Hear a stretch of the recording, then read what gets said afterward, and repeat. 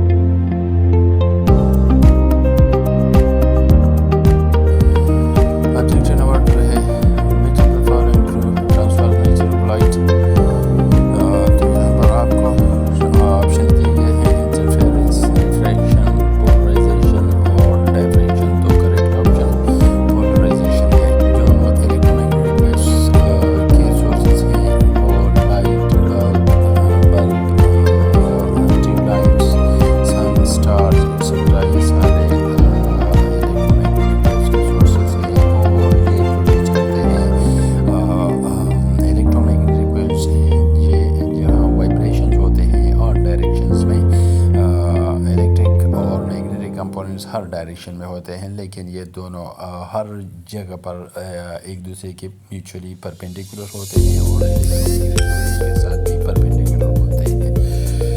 तो देखें, आपने एक क्रिस्टल को सामने रखना है और ये जो अनपोलराइज लाइट होता है फॉल करेगा क्रिस्टल पर। तो जो क्रिस्टल में असल में छोटे छोटे स्लेट्स होते हैं, ओपनिंग्स होते हैं,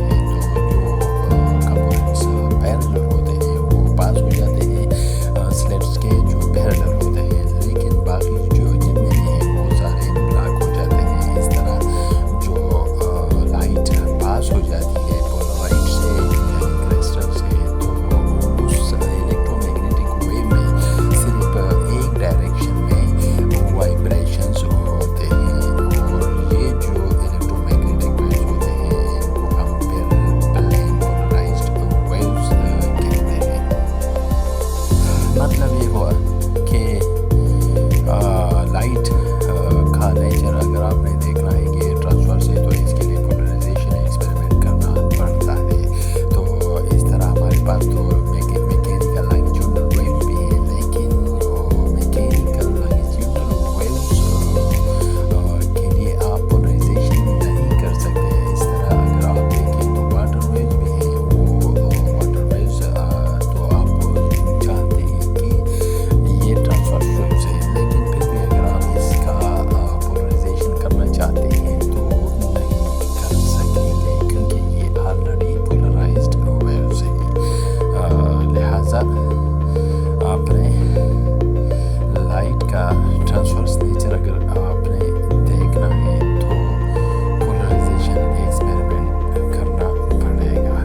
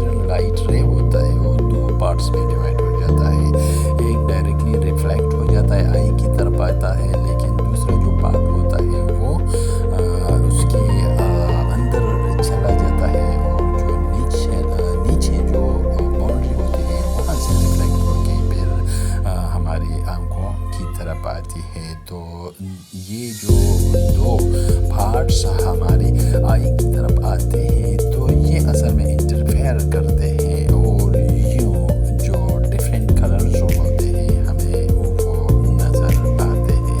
तो लिहाजा जो आईडी वाटर सरफेस होता है या जो सोप बबल का मेम्ब्रेन होता है वो सनलाइट में या एनी लाइट जो बल्ब का भी होता है या ट्यूब लाइट का भी होता है, स्पेशली सनलाइट में ये हमें ऑब्जर्व होते हैं कि कलर्ड फ्रिंजेस हमें मिलते हैं।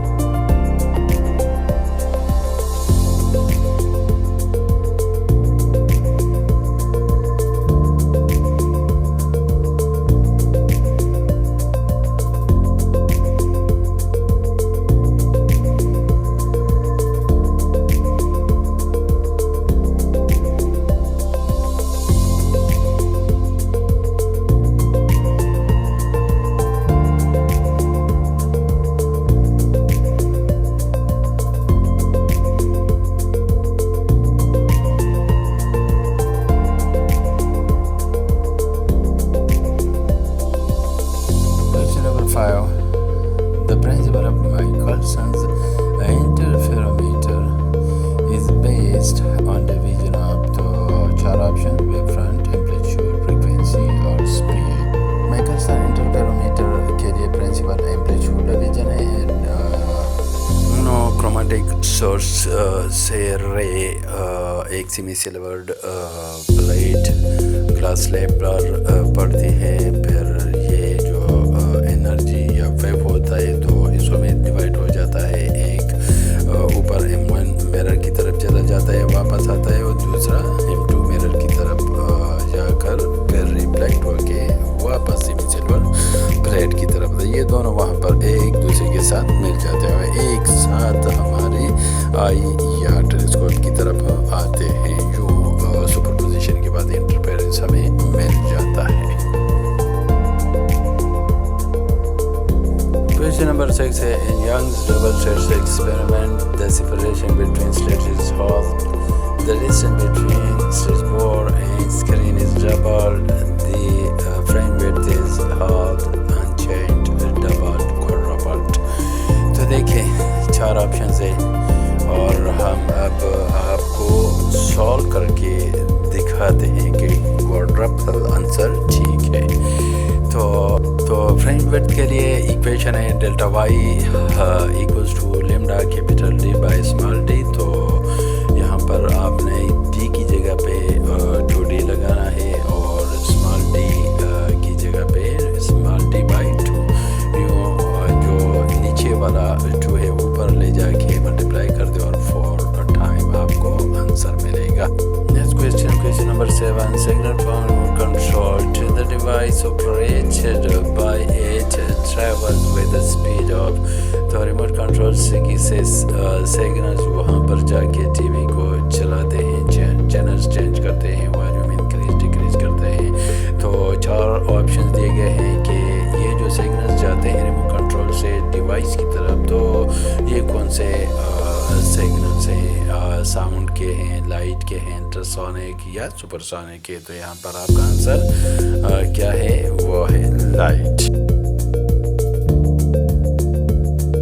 क्वेश्चन नंबर 8 डायरेक्शन ग्रेटिंग पर है। ग्रेटिंग का जो स्पेसिंग है वो है 3 लेमडा। अब आपने मालूम करना है sine of the angle for second order maximum in normal. तो चार ऑप्शन दिए गए हैं, आपको नज़र आ रहा है 2/3 इसमें करेक्ट है। आगे हम इसको प्रूव भी कर सकते हैं। देखें मैक्सिमा या कंस्ट्रक्टिव इंटरफेरेंस के लिए D sine pi M lambda के बराबर होता है। अब डी जो ग्रेटिंग स्पेसिंग होता है इसकी जगह पे आपने 3 लेमडा लगाना है और यू सिंप्लीफाई करके साइन पाई के लिए आपको आंसर मिलेगा 3/2।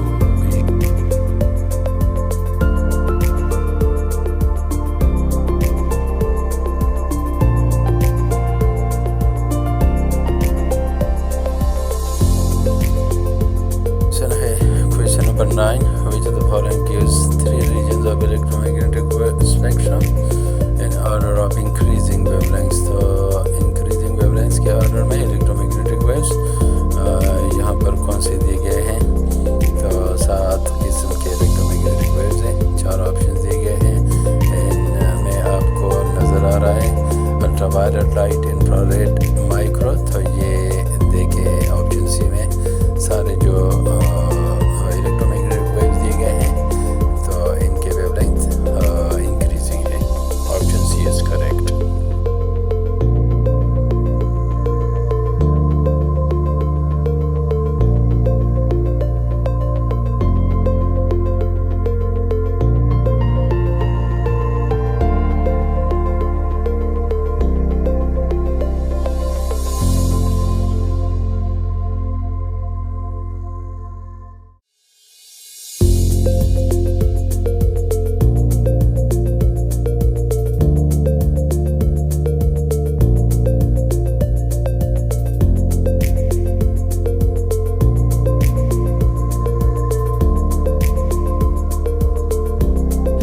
क्वेश्चन नंबर 10 है। तो यहाँ पर फिर डायफ्रैक्शन ग्रेडेड पर क्वेश्चन है। मोनोक्रोमेटिक रेडिएशन X और फिर दूसरा मोनोक्रोमेटिक रेडिएशन Y स्ट्राइक करता है डायफ्रैक्शन ग्रेडेड के साथ। तो जो सेकंड ऑर्डर मैक्सिमा और जो थर्ड ऑर्डर मैक्सिमा होता है वो कोइंसाइड करते हैं। यहाँ पर आपने रेशो मालूम करना है, wavelength of X to the wavelength of Y।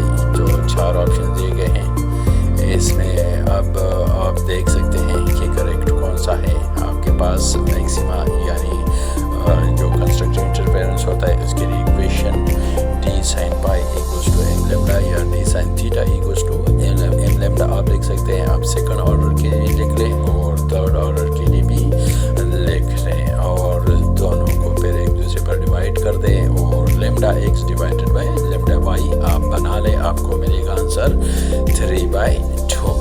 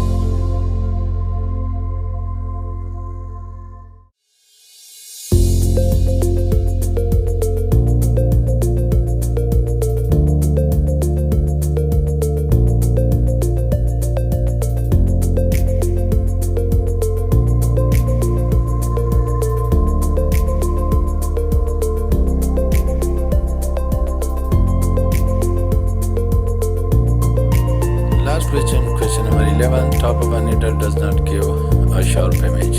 It is due to। तो 4 ऑप्शन दिए गए हैं, polarisation, interference, diffraction and refraction. तो क्लियरली डिफ्रैक्शन ही इसका आंसर है। असल में जितने भी शेडोज बनते हैं डिफ्रैक्शन की वजह से ही बनते हैं।